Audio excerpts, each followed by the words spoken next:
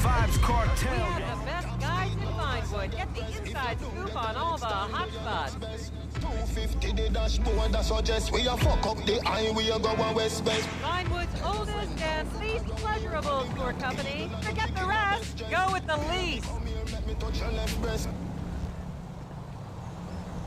Vinewood Star Tours leaving now. Last chance. See hedges in front of Star's homes.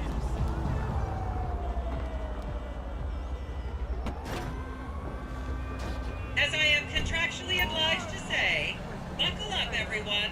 It's showtime. Getting to where the whole damn TV is fucking garbage. Vinewood is often referred to as the anal bleaching capital of the world. I'm really excited about this.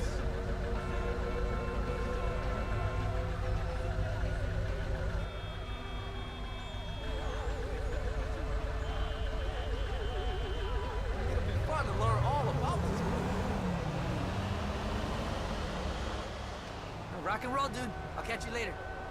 On your right, you'll see the world-famous Gentry Manor Hotel, a legendary party hangout for actors and rock stars and people trying to have sex with actors and rock stars. Built in 1921, it's been the scene of some classic Vinewood scandals over the years. One of my personal favorites was Al DiNapoli's overdose in 2002 after a chimpanzee blasted an 8-ball up his rear door with a water pistol. Huh, fantastic! They say that on any given day, there are at least 2 dead party girls in the trash cans round back. Isn't that great?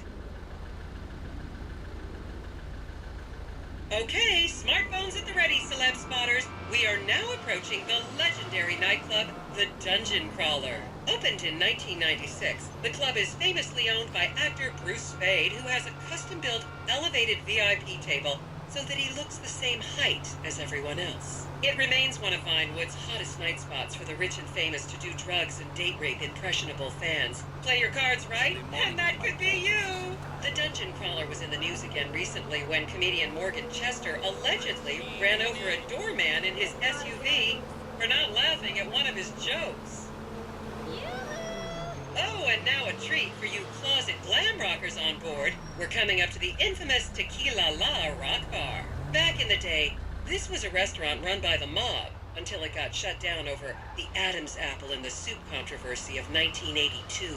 It reopened as the Tequila La Bar in 1983 and soon became a mecca for hair metal bands and fans from across the country. It's rumored that the Love Fist song Dangerous Bastards was written about a night they partied here on Mescaline with some transgender twins.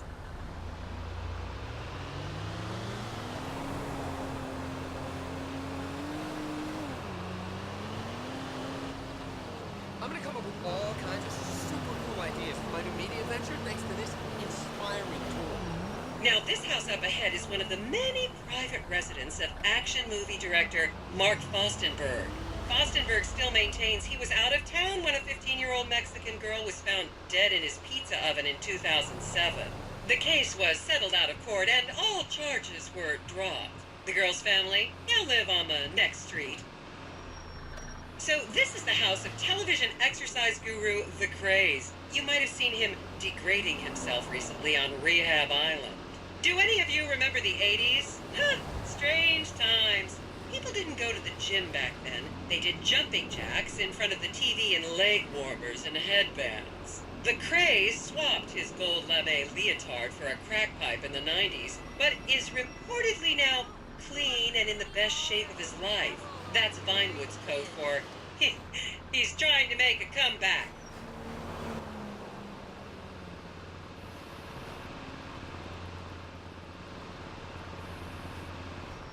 This is the home of celebrity wild child Martha Term. Daughter of 70s comedy star Joni Term, Martha spent her teens partying on booze, her early 20s partying on coke, and her mid-20s staring at her shoes on heroin. Her tell-all autobiography about the difficulties of growing up really rich in Vinewood only sold 30 copies last year.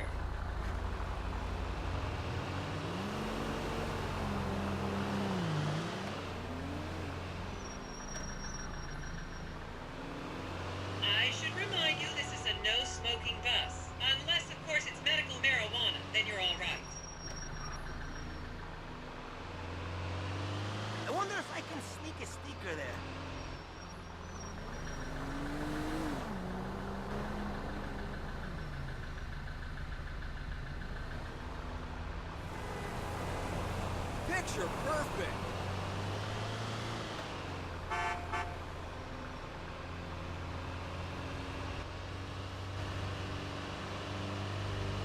Take a picture of that. Just up ahead is another place to see and be seen in Rockford Hills, the Richmond Hotel. An iconic entertainment industry hangout, sleazy producer types have been promising to make young girl stars here for over 100 years now. Not gonna lie, I did some shameful things in that lobby bar in my youth, but I've put that period of my life behind me now.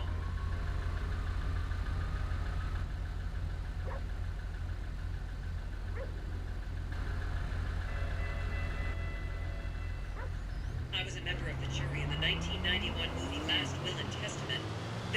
They cut my line.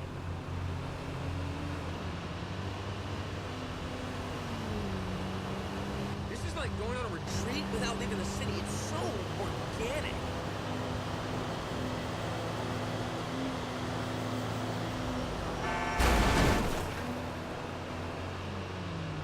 Maybe they want to do a banner swap.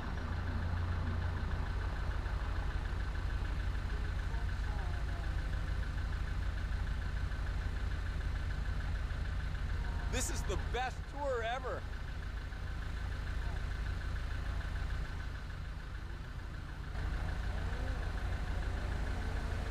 Is everyone having fun?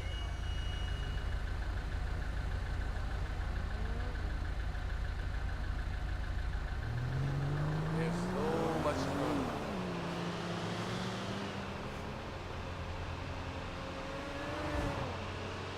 What do you think?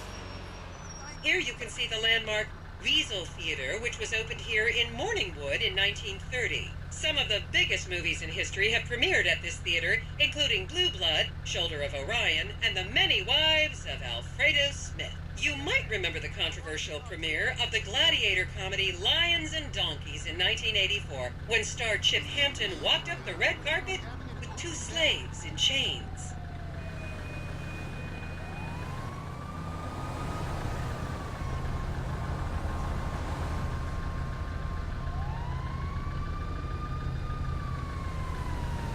Look at that. Wow.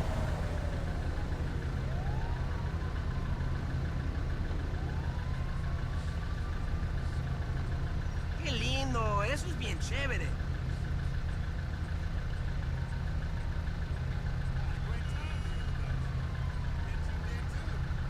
Count yourselves lucky, my prescription just got renewed this morning.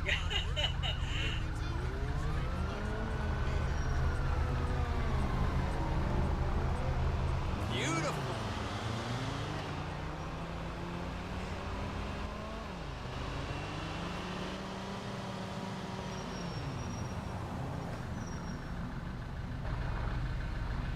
Look at that.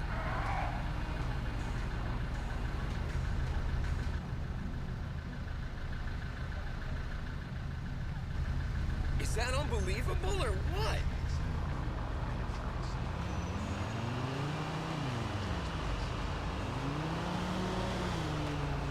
Just up ahead on the right is where Delancey Medua's set fell out after a ketamine party.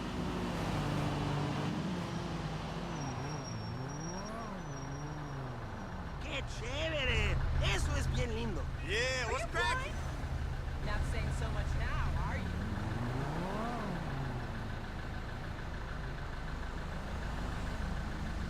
Sweet.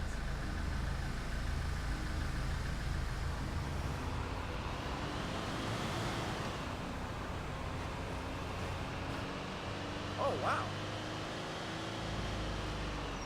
And now to our left, ladies and gentlemen, is the famous Richards Majestic Studios. The product placement for classics like Nelson and Naples and Rum Runner, and the not-so-classics like Vinewood Zombie and Shoulder of Orion 2 was shoehorned into the final edits right behind those very gates. Everyone has a favorite Solomon Richards movie. An American Divorce really helped me through a difficult time when I was bankrupting my first husband.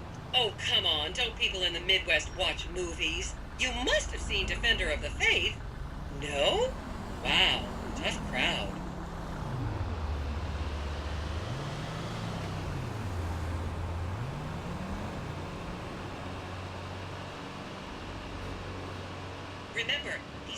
rich and beautiful, that makes them better than us.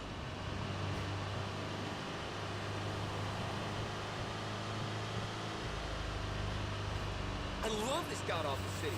There's so much to see, and I know the city loves me. I feel it. I wonder if anyone here visits my site.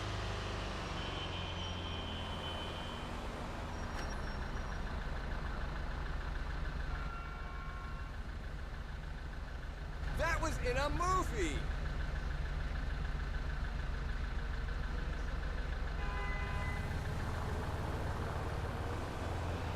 Keep those cameras out and fingers on the trigger. Celebs are skinny and fast.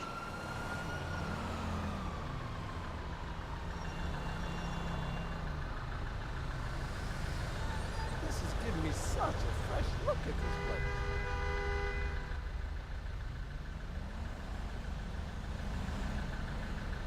This is so good, man. I'm feeling rejuvenated. My city, my life, it's all right here.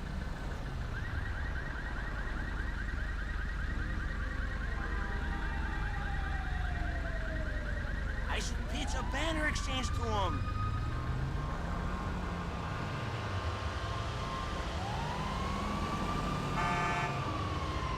To the left, you'll see a spot where a pizza boy claims that Play PG Jackson asked him to remove his shorts.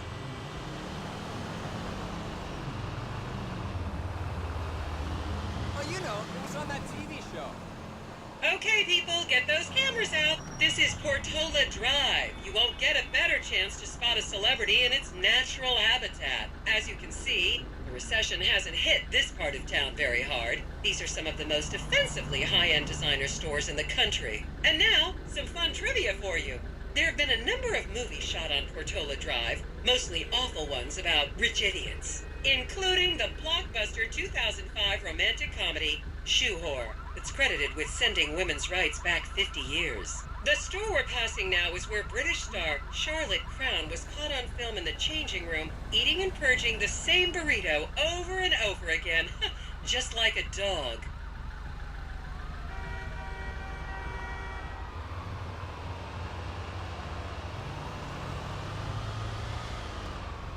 Wow, look at that.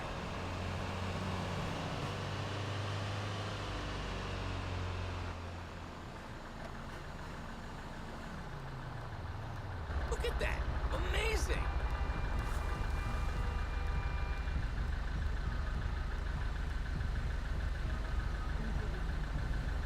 You'll recognize this stretch of road from those videos of Jill von Krastenberg with the Romanian shotgun team.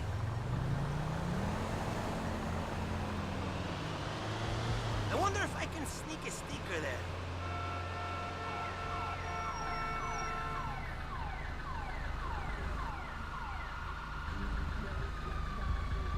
Wow.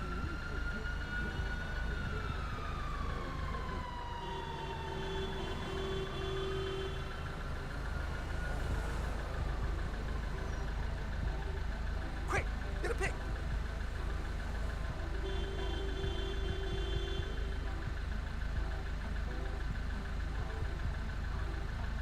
Don't you just love people you've never met and would have you arrested if you came within 10 feet of them?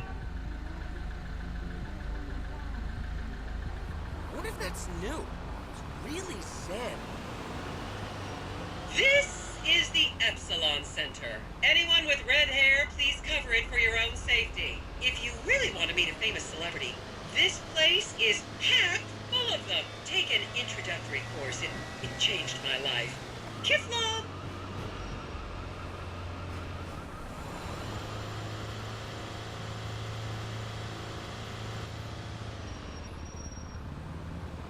I think I got some hits from this area.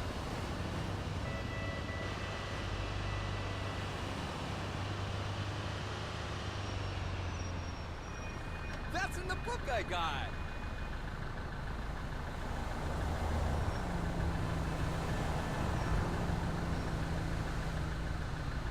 Please refrain from taking photos of ethnic minorities. They could be gang members. I'm glad we're doing this.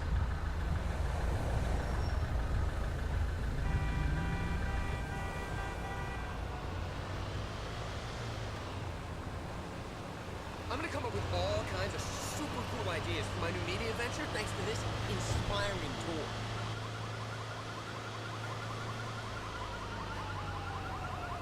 I wonder if we should go on the blog.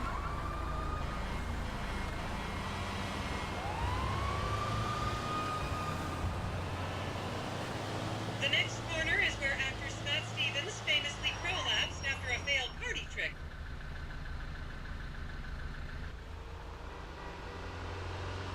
This is the best tour ever.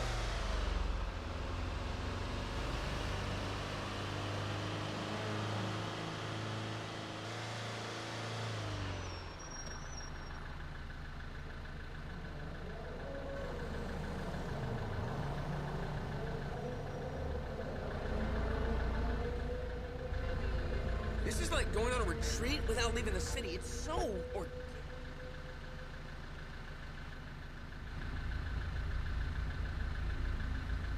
Remember when Laszlo was arrested for masturbating with an eggplant and shouting at women? That happened right here.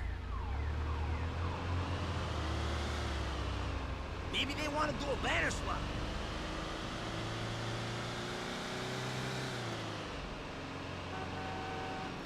And here is City Hall. This is where the mayor's office is, if any of you care. You might recognize this building from the 20-minute final dogfight to save Earth in the movie Invasion Los Santos. That car totally is hot.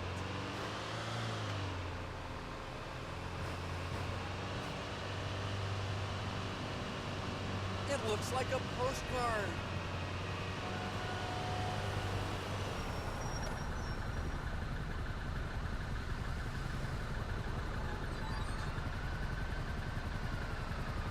Take a picture of that.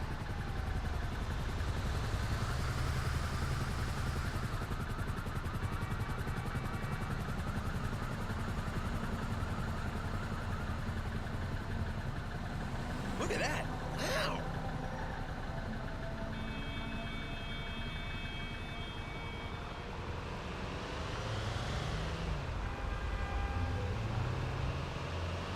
¡Qué chévere! Eso es bien lindo.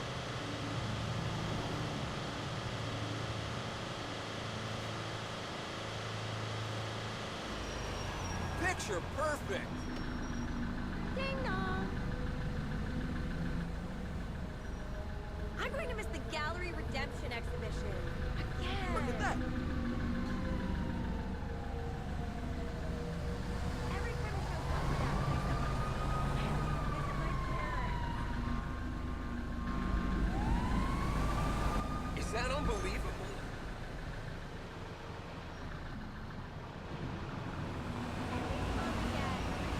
My dry cleaning. ¡Qué lindo! Eso es bien If you need chévere. anything cleaned, give it to me. Speak to you later. Yoo-hoo!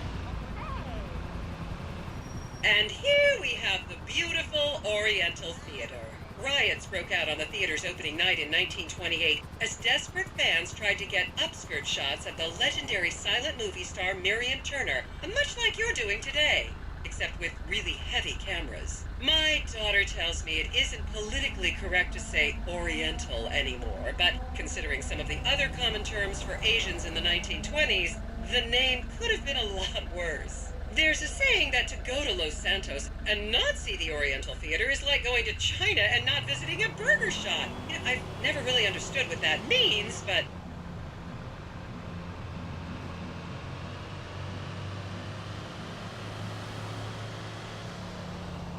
And here we are, back on the strip. As they say in Vinewood, that's a wrap, folks. I hope I managed to take your minds off the economic downturn for just a little while. I'd like to remind any Europeans that 1% is an insult, not a tip. Enjoy the rest of your vacation.